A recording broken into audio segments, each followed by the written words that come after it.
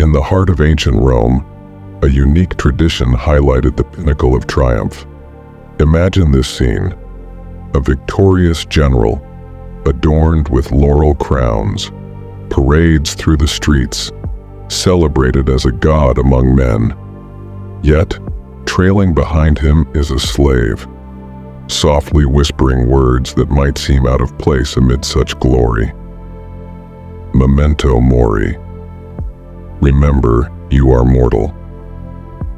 Nevertheless, these Romans constructed one of history's most enduring and confident civilizations, and their secret was a philosophy known today as Stoicism. This philosophy not only instilled confidence, but cultivated it from the ground up. Today, we will delve into 12 Stoic habits that can help you forge unshakable confidence. Not the superficial kind often glorified on Instagram, but the profound, enduring type that can withstand life's toughest challenges. This confidence doesn't crumble under pressure. Rather, it fortifies itself with every hurdle encountered. Before we begin, it's essential to remember that true confidence isn't about surpassing others. It's about improving upon your previous self. As Marcus Aurelius famously noted in his private writings, "Waste no more time arguing about what a good person should be. Be one." Let's start with our first habit. Cease comparing yourself to others. Have you ever experienced that moment while scrolling through social media when your accomplishments suddenly feel insignificant? The ancient Japanese concept of wabi-sabi embraces the beauty of imperfection, aligning perfectly with what Epicurus taught about comparison. He suggested that if you wish to improve, be willing to be perceived as foolish and unwise. Let me share a story from ancient China about a master archer named Kitsa, known for his flawless shots. One day, a young archer challenged him to a competition, shooting arrows while performing acrobatics and landing every shot perfectly. When asked to replicate this feat, Kitsa simply replied, "I do not compete with others. I compete only with myself." This simple statement encapsulates more wisdom than 1,000 perfect shots. In today's world, we are constantly faced with opportunities for comparison, but the reality is that whenever you measure yourself against others, you're comparing your behind-the-scenes footage to someone else's highlight reel. Your journey is unique, and that uniqueness is your strength. Our second habit is to surround yourself with positive influences. Seneca, one of Rome's greatest thinkers, advised his friends to associate with those who uplift you. Consider this for a moment. In ancient Arabian culture, there's a saying, "Tell me who you walk with, and I'll tell you who you are." This is not merely ancient wisdom, it's sound psychology. Reflect on the story of Zed, a merchant from medieval Baghdad. When his business crumbled, he didn't seek solace among fellow failed merchants. Instead, he immersed himself in the thriving marketplace, learning, observing, and gradually rebuilding his confidence through positive associations.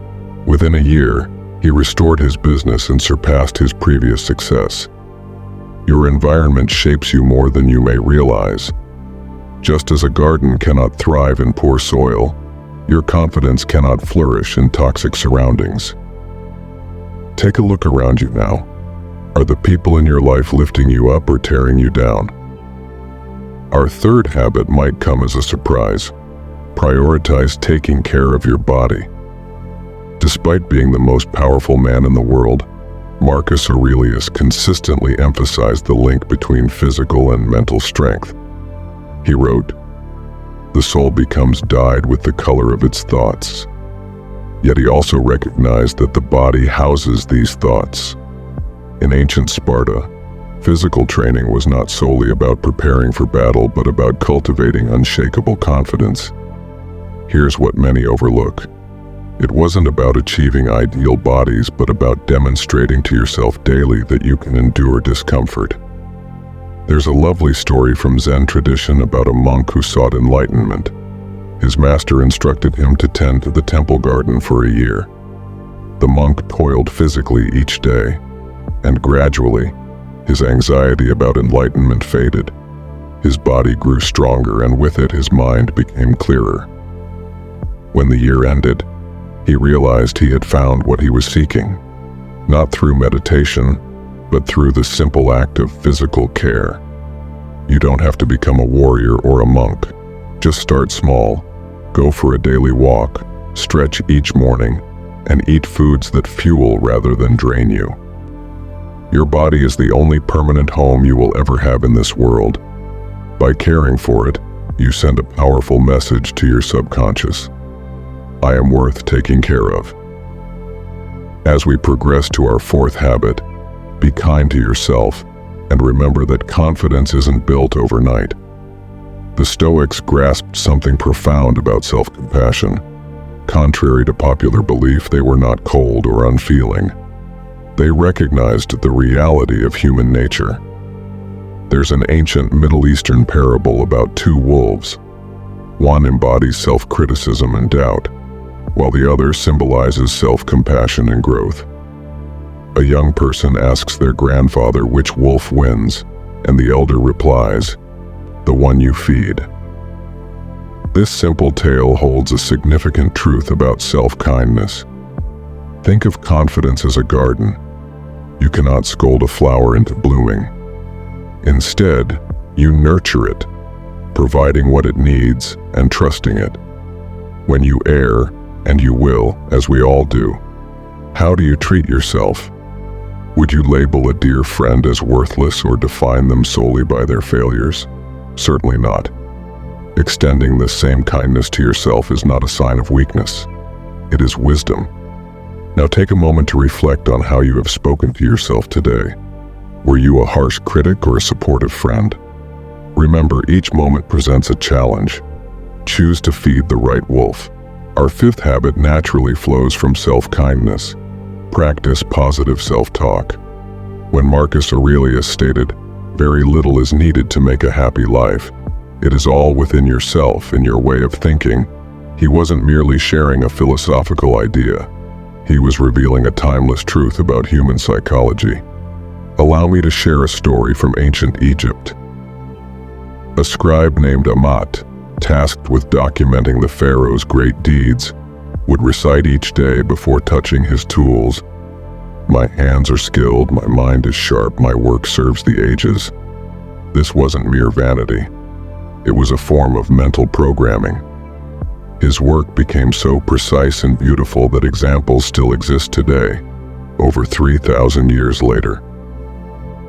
Consider your mind as an ancient garden. Every thought is a seed.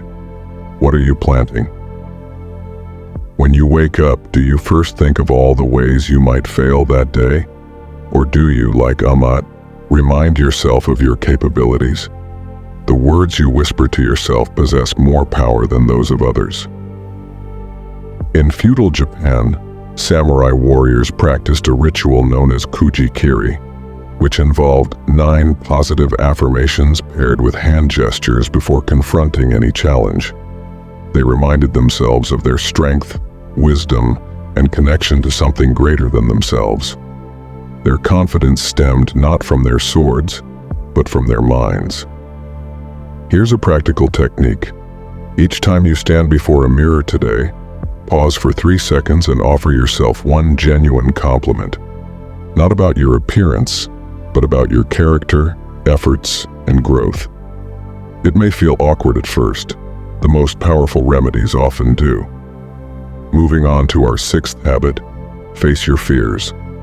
The Stoic philosopher Seneca made a remarkable observation about fear. We suffer more often in imagination than in reality. This brings to mind an ancient Persian story about a merchant who encountered death in the marketplace of Baghdad. In a panic, he fled to Samarra, only to have death later revealed to his friend, "I was surprised to see your friend in Baghdad, for I have an appointment with him tomorrow in Samarra." The moral? Running from our fears often leads us directly to them. Consider the story of Zhang Gan, a Chinese diplomat from the Han Dynasty who was sent to uncharted territories. Captured and imprisoned, he eventually escaped, but voluntarily returned to those same perilous lands. Why? Because he realized that confidence is not the absence of fear, but the victory over it. His journeys ultimately opened the Silk Road, altering the course of human history. The Stoics practiced a technique known as premeditatio malorum, deliberately visualizing their fears. But they recognized a crucial point. You don't face your fears to eliminate them. You face them to prove you can handle them. Start small. If you fear public speaking, begin by expressing your opinion in a small group. If you fear failure, take on a project where the stakes are low. Remember, courage isn't about being fearless. It's about feeling fear and moving forward regardless. As an ancient Arabic proverb states, fear is a companion that walks beside the brave. Our seventh habit may catch you off guard. Do things you excel at. You might think, isn't that merely hiding in my comfort zone? Yet there's significant wisdom here. The Greek philosopher Aristotle spoke of eudaimonia, which refers to flourishing through the exercise of our natural talents. Allow me to share a story from Nordic tradition. A young Viking aspired to master the sword, like his friends who were swordsmen, but he faced constant failure, which eroded his confidence. One day, he picked up a bow and everything changed. His innate talent for archery transformed him into a warrior and a legend.